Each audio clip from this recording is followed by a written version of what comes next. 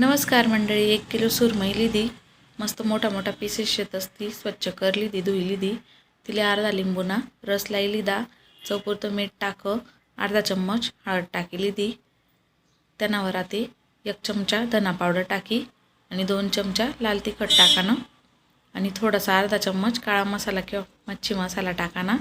2 चमचा अद्रक लसूणनी पेस्ट टाकी सन आते मस्त आव सगळा मसाला या सुरमईवर लाई लेवाना देखा मागे पुढे सगळं असले मस्त मच्छीले लाई लेवाना आणि 15-20 मिनिट मॅरिनेट कर लेवानी।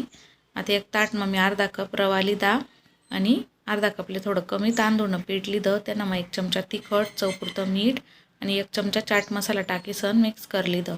आता ही सुरमई आपली केले हाऊ रवा लाई लेवाना देखा मस्त चारी बाजू ताईन तवा गरम करा त्यांना मग तेल टाक आणि मच्छी टीसन दोन्ही बाजू ताईन मस्त अशी खमंग खरपूस कर लेवानी आपली सुरमई फ्राय तयार शे। मग